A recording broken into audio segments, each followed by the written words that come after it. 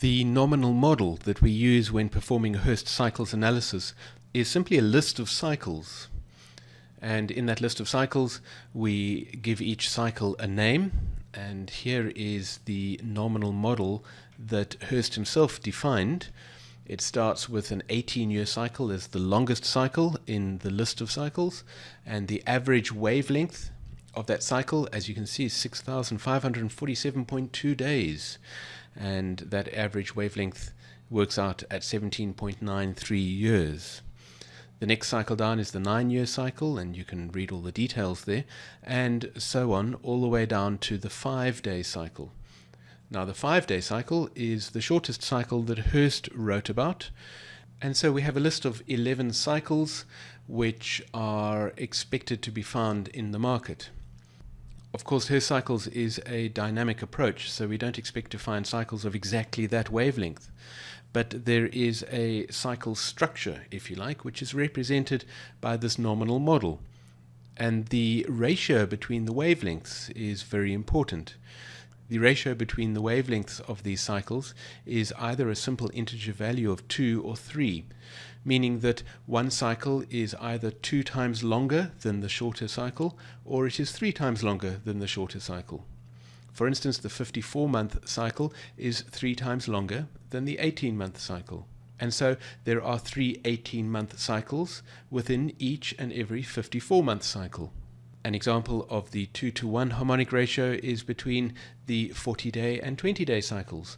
The 40-day cycle wavelength is twice as long as the 20-day cycle wavelength, and there are therefore 2 20-day cycles that fit into each 40-day cycle.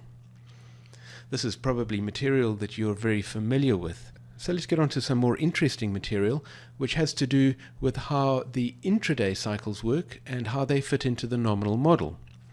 You can see here that this nominal model extends down from the 5-day cycle that Hurst wrote about all the way down to a 3-minute cycle. This nominal model has been built on the basis of a tremendous amount of research that was done into what cycles can be found in financial markets.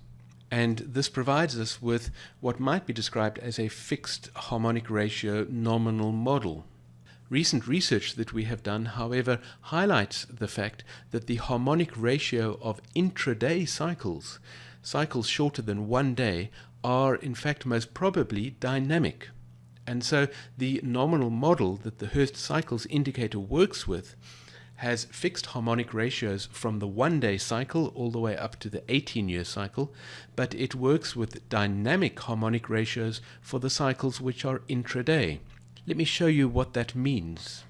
Here is a 1-hour chart of the euro to US dollar. And this pattern of diamonds on the chart is probably one that you're very familiar with. Between each of the 20-day cycle troughs, there is one 10-day cycle trough, with the result that you get 2 10-day cycles within that 20-day cycle. And the same holds true all the way down the cycles. Between these 2 10-day cycle peaks, we get 2 5-day cycles. Within each one of those 5-day cycles, we get 2 2-day cycles. And within each one of those 2-day cycles, we get 2 1-day cycles. That is the result of a fixed harmonic ratio nominal model, going down to the 1-day cycle level. But what happens intraday? Well, let's take a look at a 15-minute chart. And let me prevent it from scrolling so that we can go back and have a look. Let's take a look here at the foot of the chart, where we can see a 1-day cycle trough over there, another 1-day cycle trough over here, and there are 1, 2, 3, 4, 5, 6 shorter 5-hour cycles within that 1-day cycle. So we have a harmonic ratio of 6-to-1. 6 shorter cycles for each one of the 1-day cycles. However, in the next day, you can see that we have 1, 2, 3, 4 shorter cycles for the 1-day cycle. So we have a harmonic ratio of 4-to-1. If we have a look at the peaks that are forming in the markets, you will see that we have a different harmonic ratio again. Here is a 1-day cycle peak, and here is another 1-day cycle peak. It's actually a 5-day cycle peak, but it is the next peak of the 1-day cycle. And we have here 1, 2, 3, 4, 5, 6, 7, 8, 9, 10 of the shorter cycles. So during that period, the relationship between the 1-day cycle and the first intraday cycle, which averages a length of 5 hours, was a ratio of 10:1. Why does this happen? Because there is a particular intraday rhythm which doesn't only have to do with whatever these cycles are. It has to do with the markets opening and closing in different centers around the world.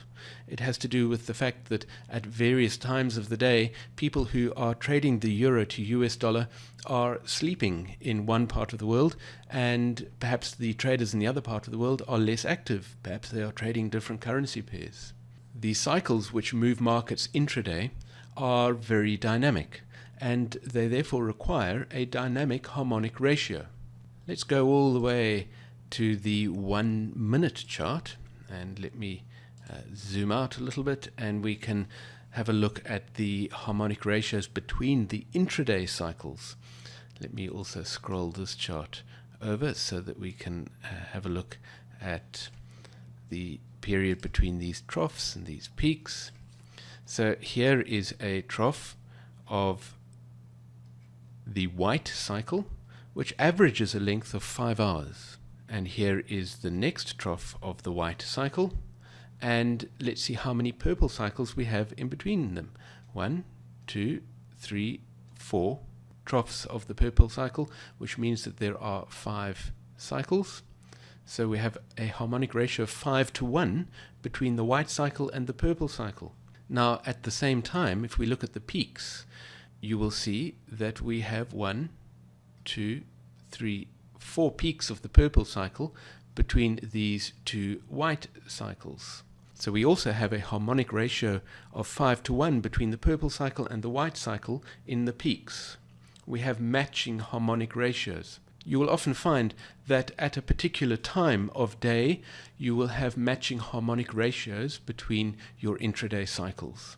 Let's have a look at the harmonic ratio between the red cycle, which averages a length of 25 minutes, and the purple cycle, which of course averages a length of 90 minutes.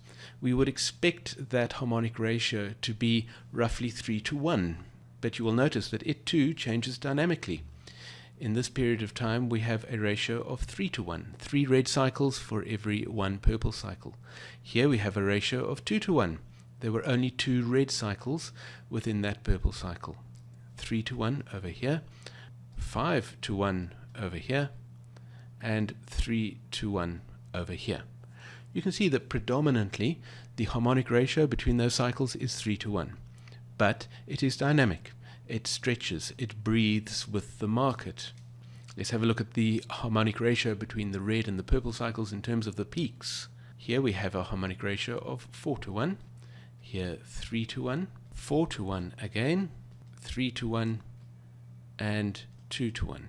Now, do you need to worry about what the harmonic ratio is at the moment between your cycles? Not at all, because you are going to be focusing on the circles and whiskers.